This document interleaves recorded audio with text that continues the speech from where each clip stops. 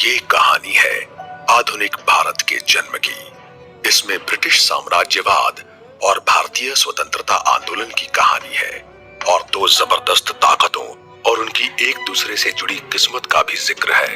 ये ऐसी जबरदस्त जंग की भी कहानी है जिसने पश्चिमी दुनिया को बदल दिया और यही आजादी की ओर बढ़ते भारत के कदमों को तेज करने वाली ताकत बनी।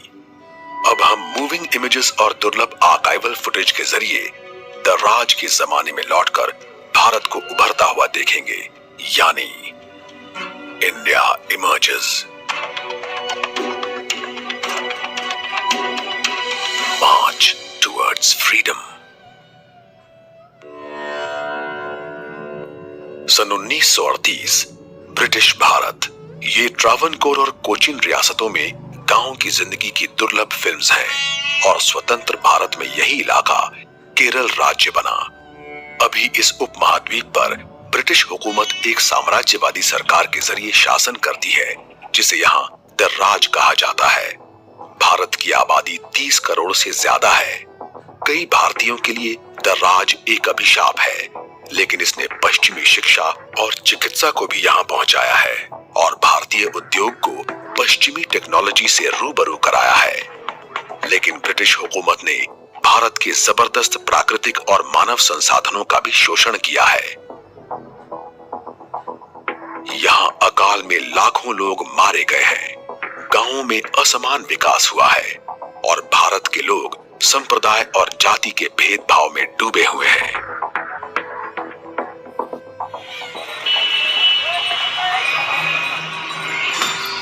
बीसवीं सदी की शुरुआत में भारत में लगभग 1.5 लाख अंग्रेज रहते हैं।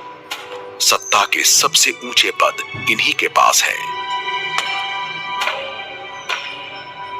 द राज भारतीय समाज में पहले से मौजूद भेदभाव का फायदा उठाता है। संपन्न और ऊंची जाति के भारतीयों को अंग्रेजी शिक्षा की सहूलियत है, जबकि कम किस्मत वाले लोगों को गुलामी करनी पड़ती है।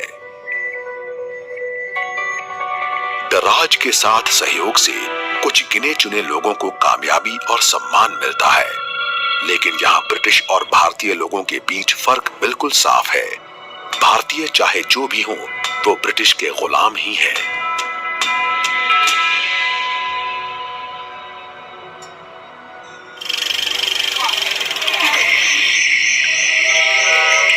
लेकिन ब्रिटिश भारत में लोगों का गुस्सा उबाल पर है। लोग अब ब्रिटिश मशीनरी के हिस्से नहीं बने रहना चाहते हैं, जबकि अंग्रेज इस पर विचार करने के लिए तैयार नहीं है। भारत की जनता एक अहम मोड़ पर है।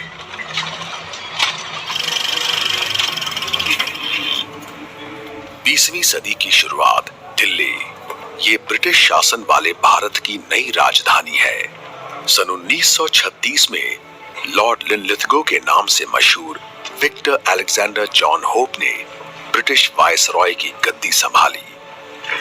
भारत में ब्रिटिश साम्राज्य के सबसे बड़े प्रतिनिधि के रूप में उनकी शख्सियत बहुत जबरदस्त है। ये पहले विश्व युद्ध में लड़ चुके हैं और ये भारत में सबसे ज्यादा समय तक रहने वाले वायसरॉय बनेंगे। लेकिन भारतीय लोग इन्हें पसंद नहीं करते। ये दमन करने वाले तौर तरीके अपनाते हैं और भारतीय आंदोलन को बेरहमी से दबाते हैं। 7 साल के अपने शासन में इन पर फूट डालो और राज करो की नीति के जरिए सांप्रदायिक तनाव बढ़ाने का भी आरोप लगा। ब्रिटिश राज के एक भारतीय सिविल सर्वेंट वीपी मेनन ने नए वायसरॉय की आलोचना करते हुए लिखा, उनका 7.5 साल का शासन तमाम दूसरे वायसरॉय से ज्यादा लंबा था और ये इस मामले में सबसे अलग था कि इसमें कोई पॉजिटिव अचीवमेंट नहीं था। जब वो भारत से गए तो यहाँ के कुछ इलाके अकाल की चपेट में थे। रहन सहन के बढ़ते हुए खर्च और जरूरी चीजों की कमी से आर्थिक बदहाली थी। इस तरह की आलोचनाओं के साथ साथ वायसरॉय के रूप में लिनलिथगो के कार्यकाल की सबसे बड़ी चुनौतियों में से एक सिर पर खड़ी है। सन 1939 में दूसरे विश्व युद्ध ने द राज के दरवाजे पर दस्तक दी।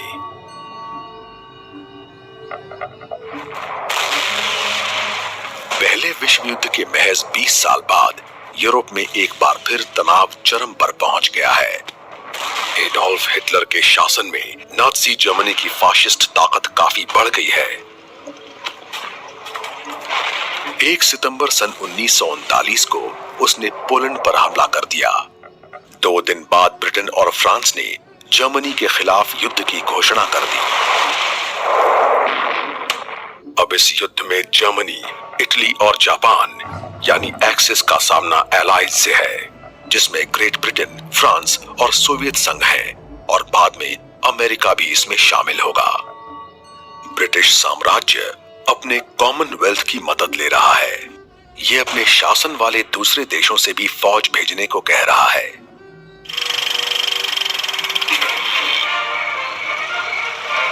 ब्रिटिश भारत में Bombay viceroy Linlithgow civic guard का निरीक्षण कर रहे हैं।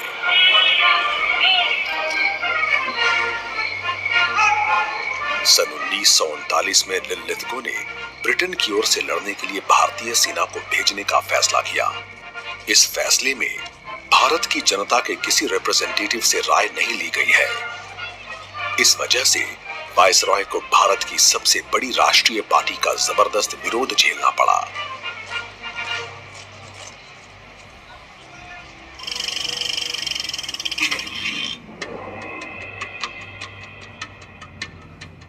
भारतीय राष्ट्रीय कांग्रेस ब्रिटिश शासन के खिलाफ भारतीय आंदोलन की अगुवाई करने वाली सबसे बड़ी राजनीतिक पार्टी है। सन 1885 में गठन के बाद से ये पूरे देश में लोकप्रिय हो चुकी है। इस वजह से सन 1935 में एक अहम कानून लाया गया, जिसे गवर्नमेंट ऑफ इंडिया एक्ट कहते हैं। सन 1937 में कांग्रेस 8 प्रांतों में चुनाव जीतकर सत्ता में आ गई। अब सन 1939 में भारतीयों को दूसरे विश्व युद्ध में भेजने का लिनलिथगो द्वारा लिया गया एक तरफा फैसला उन हकों के खिलाफ है जिसके लिए स्वतंत्रता सेनानी लड़ रहे हैं। अहिंसा आंदोलन की अगुवाई कर रहे महात्मा गांधी युद्ध के खिलाफ हैं। ब्रिटिश सत्ता का विरोध करने के बावजूद इन्होंने उनके दुश्मन एडोल्फ हिटलर से शांति का रास्ता अपनाने को कहा। 23 जुलाई सन 1939 को उन्होंने हिटलर को लिखा, हम भारतीय लोग ब्रिटिश सत्ता के रूप में मौजूद दुनिया की सबसे संगठित हिंसा से जूझने का सही जरिया ढूंढ रहे हैं। आपने इस सत्ता को चुनौती दी है, लेकिन हम कभी नहीं चाहेंगे कि हम जर्मनी की मदद से ब्रिटिश शासन को खत्म करें। हमें लगता है कि अगर अहिंसा की ताकत को संगठित ढंग से इस्तेमाल किया जाए तो ये बेशक दुनिया की सबसे हिंसक शक्तियों के गठबंधन का भी मुकाबला कर सकती है। कांग्रेस ने यह फैसला लिया कि जब तक भारत को स्वतंत्र देश घोषित नहीं कर दिया जाता, वो ब्रिटेन की अगुवाई में चल रहे युद्ध में मदद नहीं करेंगे।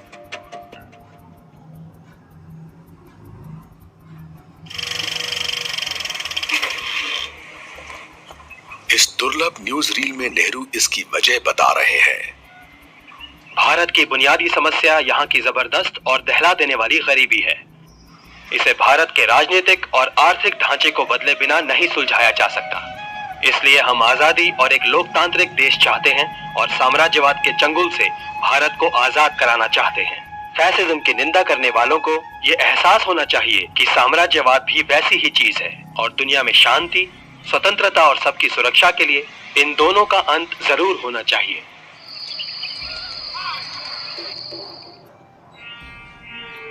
लेकिन सभी भारतीय इससे सहमत नहीं हैं। कई रियासतों को कांग्रेस के लोकतांत्रिक भारत के सपने में अपने लिए कोई जगह दिखाई नहीं देती। ये भी एक वजह है कि वो विश्व युद्ध में ब्रिटेन की मदद कर रहे हैं और उसे आर्थिक और सैनिक सहायता दे रहे हैं। और ये अकेले नहीं हैं। ब्रिटिश भारत के उत्तरी प्रांत पंजाब का जलंधर शहर, इन पुराने दृश्यों में यूनियनिस्ट पार्टी ऑफ पंजाब के लोकप्रिय नेता सिकंदर हयात खान नजर आ रहे हैं। ये भी जंग में ब्रिटेन का समर्थन कर रहे हैं।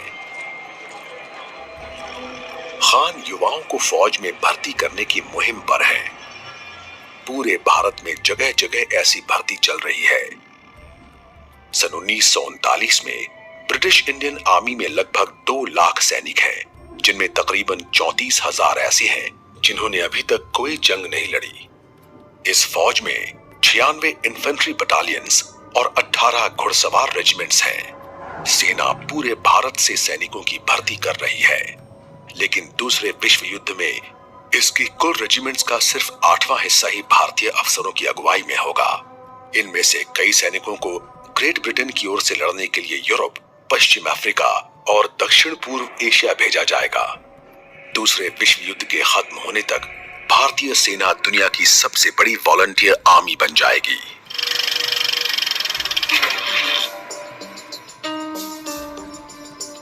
ये जनरल सर आर्चिबल्ड वेवल की ऐतिहासिक फिल्म्स हैं। जुलाई सन 1941 में ये भारत में ब्रिटिश फौज के कमांडर इन चीफ हैं। इनके वॉर रूम्स में जापानियों के खिलाफ युद्ध की रणनीति तैयार होती है। इनकी सेना को सिर्फ भारत ही नहीं, बल्कि Burma, Malaya, Dutch east Indies और फिलीपींस की भी हिफाजत करनी है। इनकी अगुवाई में काम करने वाले लोग तय करेंगे कि कब और कहां कितनी फौज भेजी जाए। भारतीय नेता सहमत हो या न हो, दूसरे विश्व युद्ध में भारतीय सैनिक अहम भूमिका निभा रहे हैं।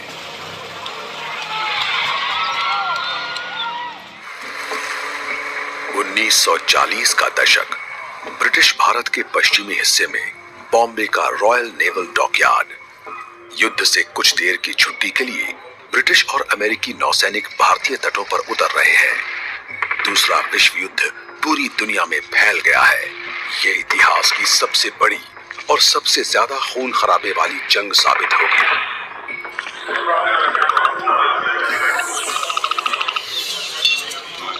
अमेरिकी नौसैनिक भारत में तट पर अपनी छोटी सी छुट्टी का मजा ले रहे हैं, लेकिन दूसरी तरफ भारतीय सैनिक दूसरे देशों में जाने के लिए तैयार हो रहे हैं। ब्रिटिश साम्राज्य के अधीन देश के रूप में भारत को भी एलाइड देशों की तरफ से युद्ध में शामिल कर लिया गया है। हाल ही में उजागर इन ऐतिहासिक दृश्यों में पूरे भारत से ट्रेन से आ रहे सैनिक नजर आ रहे हैं।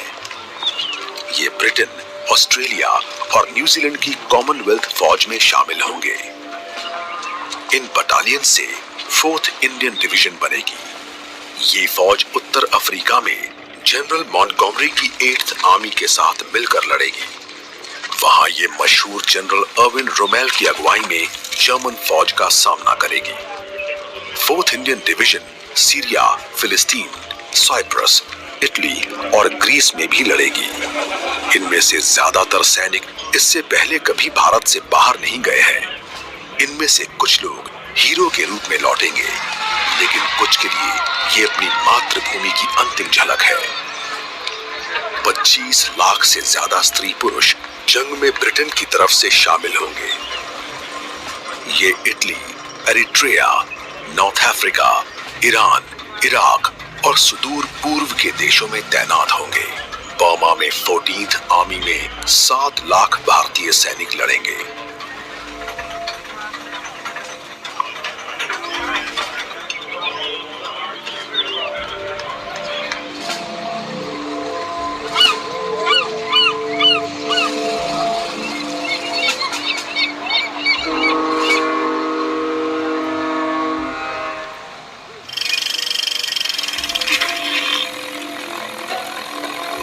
भारतीय सैनिक सिर्फ जमीन पर ही नहीं लड़ेंगे, ये आसमान में भी दुश्मन का मुकाबला करेंगे।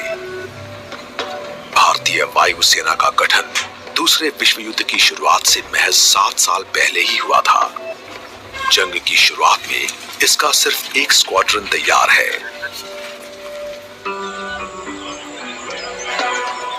लेकिन युद्ध भड़कने के साथ ही इसमें बदलाव आना तय है। ब्रिटिश एयरमैन भारतीय पायलट्स को हथियारों और उड़ान की ट्रेनिंग देते हैं।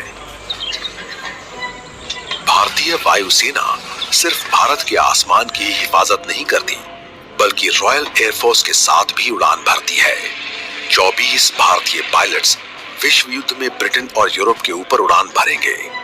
इनमें से 8 लोग कभी वापस नहीं लौटेंगे। बर्मा और थाईलैंड में जापानियों के खिलाफ जंग में भारतीय वायुसेना के बिना कामयाबी मुश्किल होगी। सन 1945 में दूसरे विश्व युद्ध के खत्म होने तक 25,000 से ज्यादा भारतीय सैनिक भारतीय वायुसेना में पूरी तरह ट्रेंड हो चुके होंगे या ट्रेनिंग ले रहे होंगे। युद्ध में शानदार प्रदर्शन से इसे रॉयल इंडियन एयरफोर्स का खिताब हासिल होगा।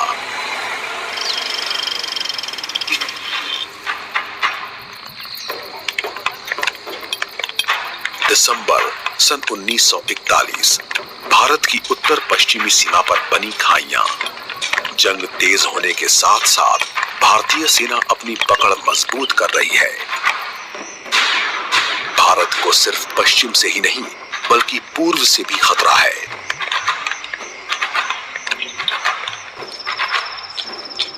जापान चीन में आगे बढ़ रहा है और जल्दी ही पूर्वोत्तर भारत तक पहुंच जाएगा। जर्मन लड़ाकू जहाज हिंद महासागर में तैनात है। अब युद्ध और तेज हो गया है। जापान ने पर्ल हार्बर पर हमला करके अमेरिका को भी विश्व युद्ध में कूदने पर मजबूर कर दिया है। इससे कुछ महीने पहले ही जर्मनी ने सोवियत संघ पर हमला किया था। अपने देश पर नाजी हमले का सामना करने की जद्दोजहद से गुजर रहे ग्रेट ब्रिटेन को अब इस नए मोर्चे के खुल जाने से थोड़ी राहत मिली।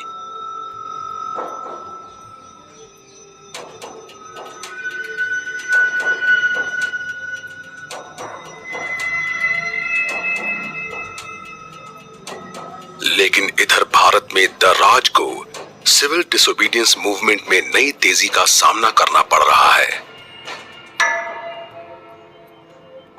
भारत के स्वतंत्रता संग्राम के सबसे असरदार जन नेताओं में से एक के तौर पर इन्होंने भारत से ब्रिटिश लोगों की व्यवस्थित ढंग से वापसी की मांग की। इसी बुनियाद पर भारतीय राष्ट्रीय कांग्रेस सन 1942 में भारत छोड़ो आंदोलन शुरू करेगा।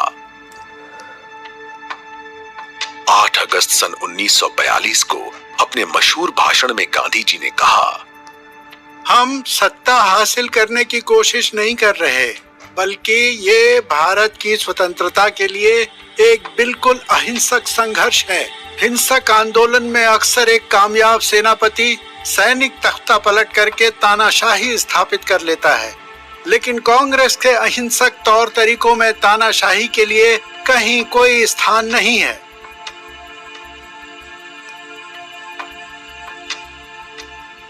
उन्होंने आगे कहा, मैंने जिस लोकतंत्र की कल्पना की है वो अहिंसा से स्थापित होगा और उसमें एक समान स्वतंत्रता होगी।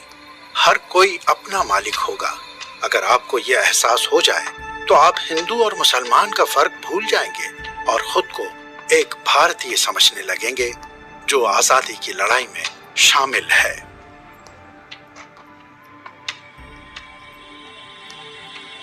लेकिन भारत के इनके सपने से सब लोग सहमत नहीं हैं।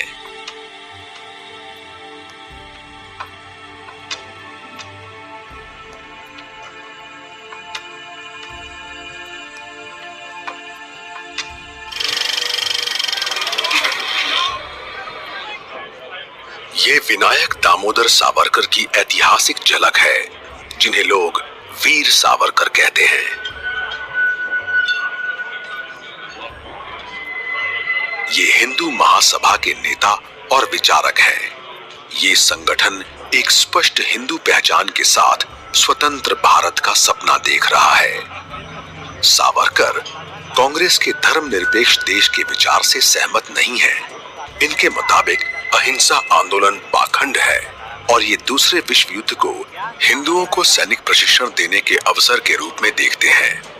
अक्टूबर सन 1941 में दिए गए अपने भाषण में इन्होंने कहा, लड़ाई में ब्रिटिश सरकार से सहयोग करने या नहीं करने का सवाल नहीं है। आपके सामने एकमात्र सवाल ये है कि आप ब्रिटेन को दी जाने वाली सहायता को कैसे अभी की परिस्थितियों में अपने देश के हित के लिए इस्तेमाल कर सकते हैं।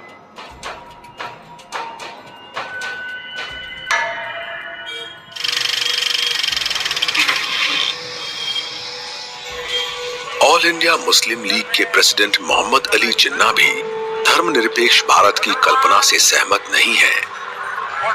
इस दुर्लभ दृश्य में ये लीग की कार्य समिति की सन 1941 की एक बैठक में नजर आ रहे हैं। एक साल पहले मुस्लिम लीग ने मुसलमानों के लिए अलग देश की मांग करते हुए लाहौर प्रस्ताव पारित किया था। मुसलमानों के लिए कोई भी प्लान तब तक कारगर या स्वीकार्य नहीं होगा जब तक भौगोलिक रूप से एक दूसरे से लगी हुई इकाइयों को हिंदू या मुसलमान इलाके के रूप में चिन्हित नहीं कर लिया जाता। जरूरत पड़ने पर इसमें थोड़ी फेरबदल भी की जा सकती है। लाहौर प्रस्ताव में आगे अलग इस्लामी देश का विचार रखा गया। इसे भारत के उत्तर पश्चिमी और पूर्वी हिस्सों को अलग करके बनाया जाएगा और इसका नाम होगा पाकिस्तान। गांधी जी ने पाकिस्तान के विचार की निंदा की। उन्होंने इसे भारत की चीर फाड़ कहा। जवाब में जिन्ना ने कहा, मिस्टर गांधी इसे भारत की चीर फाड़ कहते हैं। यहाँ एक सवाल खड़ा होता है कि क्या कोई मुझे बता सकता है कि भारत कब एक था? क्या ये कभी भी एकजुट था? जिन्ना और मुस्लिम लीग अपने प्रस्ताव पर अड़े हैं और इन्होंने दूसरे विश्व युद्ध में ब्रिटेन की मदद करने का प्रस्ताव रखा। इन्हें उम्मीद है कि बदले में ब्रिटेन पाकिस्तान को अलग करने के विचार का समर्थन करेगा। दूसरे विश्व युद्ध ने भारत की आजादी की लड़ाई में एक नई परेशानी पैदा कर दी। ये परेशानी भारत के पूरब में बर्मा के मोर्चों पर साफ नजर आ रही है। ब्रिटिश भारतीय फौज जापानियों से लड़ रही है। अजीब बात है कि इसमें इन्हें अपने ही देशवासियों के खिलाफ लड़ना पड़ रहा है, जो सन 1942 में आजाद हिंद फौज में शामिल हो गए थे। आजाद हिंद फौज ब्रिटिश हुकूमत से लड़ने के लिए सुभाष चंद्र बोस द्वारा गठित एक आक्रामक सेना है। इसे जर्मनी और जापान से सैनिक और आर्थिक मदद मिलती है। सन 1943 में भारत के वॉर स्टाफ ऑफिस द्वारा जारी एक सीक्रेट रिपोर्ट में ब्रिटेन को सुभाष चंद्र बोस के इरादों से आगाह किया गया है। बोस ने जर्मनी और जापान से रिश्ता जोड़कर हमारे साथ हमेशा के लिए नाता तोड़ दिया है। उनका राजनीतिक भविष्य जापानियों की सैनिक सफलता जारी रहने और आंतरिक विद्रोह से भारत में ब्रिटिश शासन के नाकाम होने पर निर्भर करता है।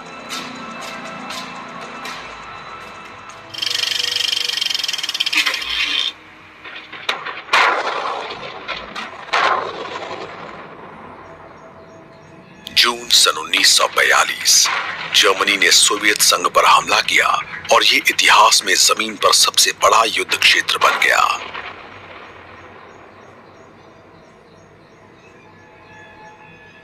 हिटलर ने युगोस्लाविया पर कब्जे को भी अपना निजी मिशन बना लिया। एलाइड देशों की सेनाएं एक्सिस शक्तियों से मात खा रही हैं।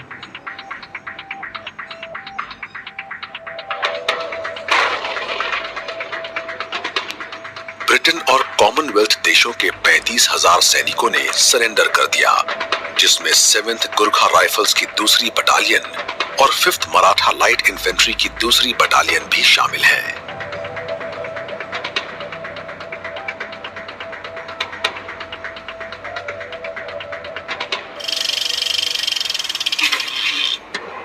पश्चिमी प्रशांत और हिंद महासागर के ज्यादातर इलाकों पर जापानी और जर्मन जहाजों का बोलबाला है।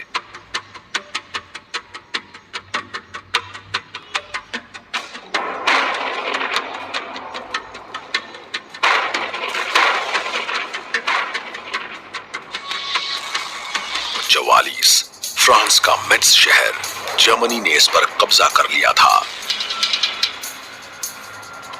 अब बदहाल लेकिन आजाद होकर मेट्स फिर से फ्रांस का हो चुका है।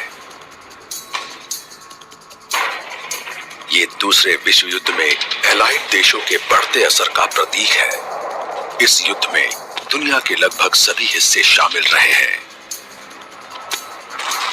सन 1944 तक नाज़ी जर्मनी, इटली और जापान की ताकतवर एक्सिस फौजें कमजोर पड़ने लगी हैं। 6 जून सन 1944 को एलाइड देशों की सेनाएं उत्तरी फ्रांस में नॉर्मंडी के तट पर पहुंची।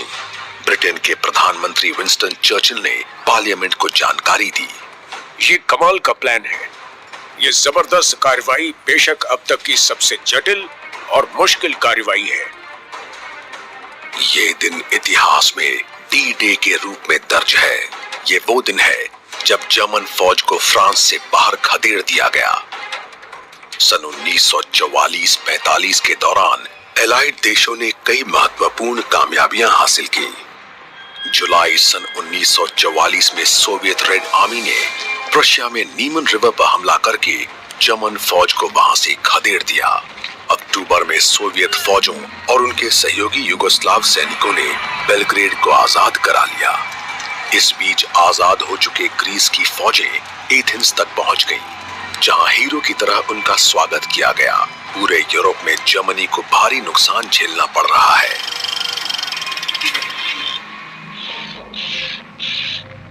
प्रशांत महासागर में जापान एलाइड देशों का सामना कर रहा है। अक्टूबर सन 1944 में जनरल डगलस मैकार्थर ने फिलीपींस में लेटी टापू पर फिर से कब्जा कर लिया। 2 साल पहले जापानियों ने अमेरिकी जनरल को यहां से लौटने पर मजबूर कर दिया था। अब सैनिक इतिहास के अब तक के सबसे जबरदस्त हवाई और नौसैनिक हमलों में से एक में उन्होंने फिलीपींस को आजाद कराने के लिए एलाइज की फौजों की अगुवाई की।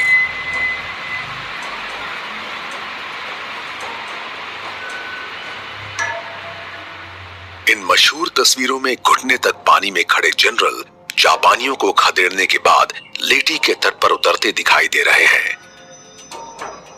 उन्होंने कहा, मैं लौट आया हूं। ये जापानियों के खिलाफ एलाइज की एक बड़ी जीत है। इसके बाद एक और बड़ी कार्रवाई होगी जिसे भारतीय सैनिक अंजाम देंगे।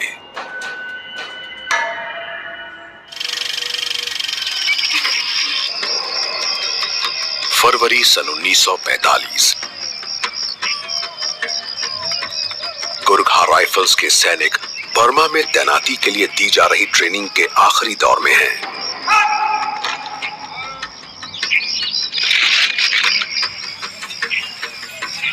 अपनी बहादुरी के लिए मशहूर नेपाली गुरखा खुखरी से लैस है। इनका नारा है, कायर होने से अच्छा है शहीद हो जाना। अन्य भारतीय सैनिकों के साथ मिलकर ये बर्मा से जापानी फौजों को खदेड़ने में अहम भूमिका निभाएंगे। मई सन 1945 में ये लड़ाई निर्णायक दौर में पहुंच गई।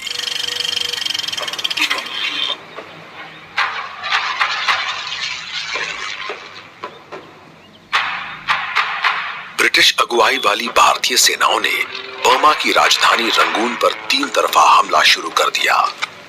थल सेना के अलावा इसमें भारतीय वायुसेना ने अपने नंबर 6 स्क्वाड्रन को जापानी ऑस्कर फाइटर्स का सामना करने के लिए भेजा है।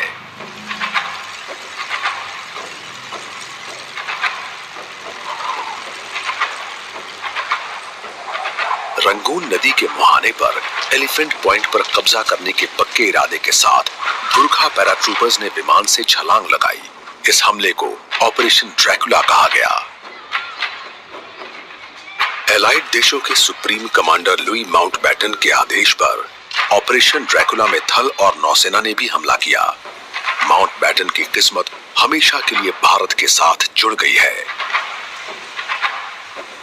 2 मई को भारतीय सेना की 26th डिवीजन समुद्र के रास्ते रंगून की ओर बढ़ी। ये पानी में आगे बढ़ रहे हैं और 17th डिवीजन जमीन के रास्ते शहर की ओर बढ़ रही है।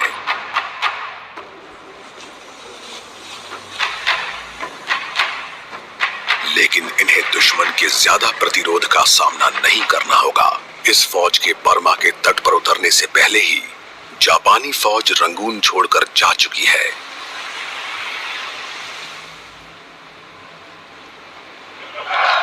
स्थानीय लोगों ने एलाइज की फौजों का स्वागत किया। अब इन्हें बर्मा के जंगलों में आगे बढ़कर जापानी कब्जे के बचे खुचे हिस्सों को आजाद कराना है।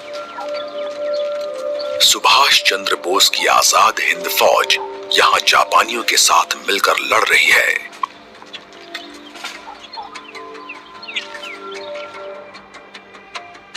पोपा, बर्मा, सन 1945। एक पहाड़ी पर मौजूद एक अकेला शख्स सरेंडर के लिए इशारा करता हुआ दिख रहा है। ये आजाद हिंद फौज का सैनिक है। माउंट पोपा पर ब्रिटिश राज का विरोधाभास उजागर हो गया। भारत की आजादी के लिए बनी फौज ने ब्रिटिश साम्राज्य के लिए बनाई गई भारतीय सेना के सामने हथियार डाल दिए।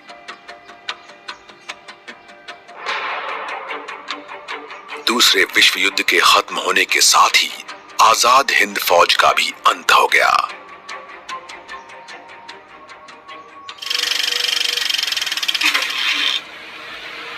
मई सन 1945, बोर्नियो। ऑस्ट्रेलियाई फौजें टैराकैन आइलैंड की ओर बढ़ रही हैं। ये आइलैंड ऑयल प्रोडक्शन के लिए अहम है और सन 1942 से इस पर जापानियों का कब्जा है। इस आइलैंड को आजाद कराने पर ऑस्ट्रेलियाई सैनिकों को एक दहला देने वाला नजारा दिखा। ये 15th पंजाब रेजिमेंट बटालियन के भारतीय फौज के बंदी सैनिक हैं। दूसरे विश्व युद्ध में भारतीय सेना को भारी नुकसान उठाना पड़ा। 24,000 से ज्यादा भारतीय सैनिक मारे गए, 64,000 लोग घायल हुए और लगभग 12,000 लोग जंग में लापता घोषित कर दिए गए। भारतीय सैनिकों को बहादुरी के लिए 4,000 से ज्यादा पुरस्कार और 31 विक्टोरिया क्रॉस दिए जाएंगे। अप्रैल सन 1945 में यह खबर आई कि हिटलर की मौत हो चुकी है।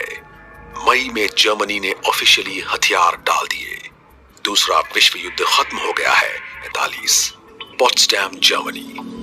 दूसरा विश्व युद्ध खत्म हो गया है। एलाइज की जीत हुई है। युद्ध की समाप्ति की शर्तों पर बातचीत के लिए 3 बड़े देशों रूस, ब्रिटेन और अमेरिका की बैठक हो रही है। 2 सितंबर सन 1945 को दूसरे विश्व युद्ध को आधिकारिक तौर पर समाप्त घोषित कर दिया गया है। इसके खत्म होने के साथ ही एक नई विश्व व्यवस्था के कायम होने और यूरोप में राजनीतिक पुनर्निर्माण की प्रक्रिया शुरू हो गई। ब्रिटेन में अब एक नए प्रधानमंत्री क्लेमेंट एटली हैं।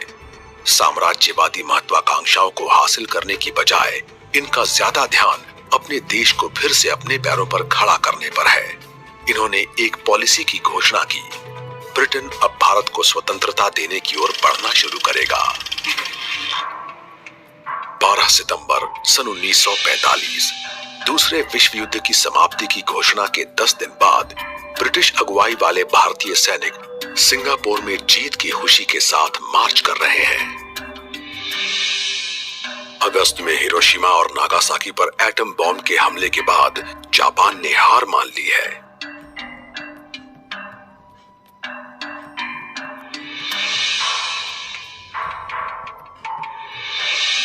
यहां लॉर्ड लुई माउंटबैटन भारतीय सैनिकों से सलामी ले रहे हैं।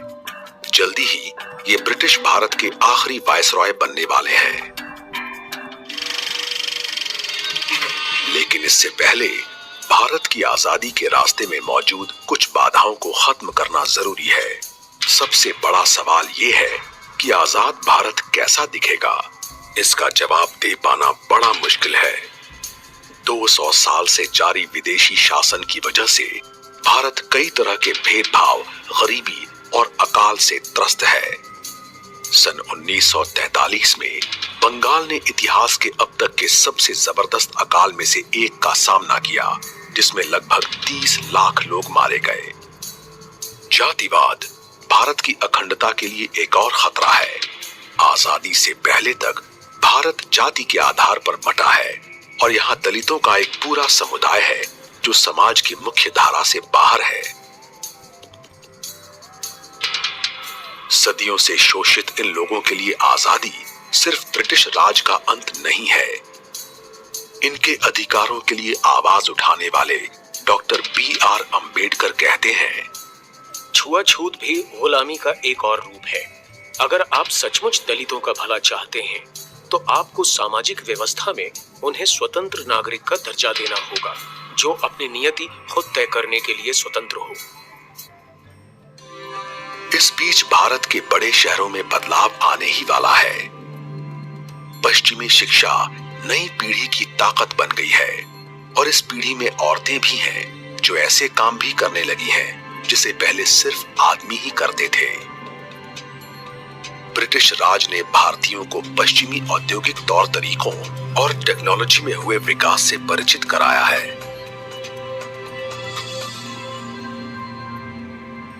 लेकिन स्वतंत्रता सबकी नजर में नई उम्मीदों वाली शुरुआत नहीं है, खासकर देश की 550 से ज्यादा रियासतों के लिए जिनका भविष्य आजाद भारत में अनिश्चित है। अगर भारतीय राष्ट्रीय कांग्रेस का लोकतांत्रिक देश का सपना सच हो गया तो रियासतों के खास अधिकार खत्म हो जाएंगे और राजनीतिक ताकत भी घट जाएगी। लेकिन शायद सबसे नुकसानदेह है सांप्रदायिक विभाजन। गांधी और नेहरू की अगुवाई वाली कांग्रेस धर्मनिरपेक्ष राष्ट्र की प्रबल समर्थक है। महात्मा गांधी के शब्दों में, हर व्यक्ति को बिना किसी बाधा के किसी भी धर्म का पालन करने की छूट होगी, बशर्ते वो देश के कानून का उल्लंघन नहीं करता हो।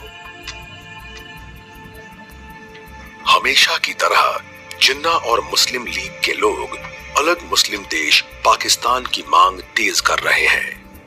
परस्पर विरोधी ताकतों की खींचतान से भारत जबरदस्त दबाव में है और आधुनिक युग में इसका पुनर्जन्म किसी हाल में आसान नहीं होगा। जून सन 1945, शिमला। वाइसरॉय वेवल ने कॉन्फ्रेंस की। उन्होंने भारतीय स्वतंत्रता आंदोलन के सभी अहम नेताओं को बुलाया।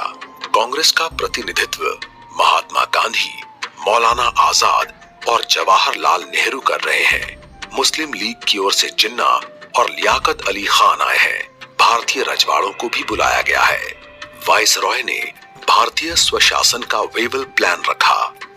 इसमें मुस्लिम्स की अलग नुमाइंदगी और दोनों समुदायों के बहुमत वाले इलाकों में सीमित सत्ता की बात भी शामिल है। लेकिन इस प्लान पर किसी की भी पूरी तरह से सहमति नहीं है। इससे कांग्रेस और मुस्लिम लीग और गांधी और जिन्ना के बीच दरार और बढ़ गई। आजादी का वक्त करीब आने के साथ ही ये साफ होता जा रहा है कि स्वतंत्रता तो मिलेगी, लेकिन इसके लिए बहुत बड़ी कीमत चुकानी पड़ेगी। सन 1946, पाकिस्तान नाम के एक नए देश की मांगों के बीच ब्रिटिश भारत की सड़कों पर सांप्रदायिक तनाव बढ़ रहा है। अगस्त में ये फूट पड़ा। कैलकाटा में हिंदू मुस्लिम दंगे भड़क उठे। लगभग 5000 लोग मारे गए।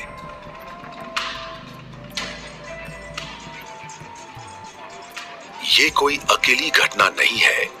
इसके बाद के कुछ हफ्तों में देश के दूसरे हिस्सों में भी दंगे शुरू हो गए, जिनमें बिहार, गढ़मुक्तेश्वर और पूर्वी बंगाल शामिल हैं। उसी साल बंगाल के नोआखाली में भी जबरदस्त दंगे हुए। 5000 से ज्यादा लोग मारे गए और लगभग 75,000 लोग बेघर हो गए।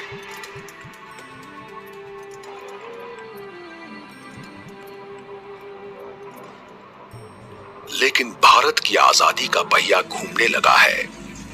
आजादी की ओर बढ़ते कदम चाहे जो भी रास्ता लें, लेकिन अब ये अपनी मंजिल के करीब पहुंच रहे हैं। ये एक खूनी प्रक्रिया है जिससे एक साल के अंदर 2 नए देशों का जन्म हुआ, भारत और पाकिस्तान।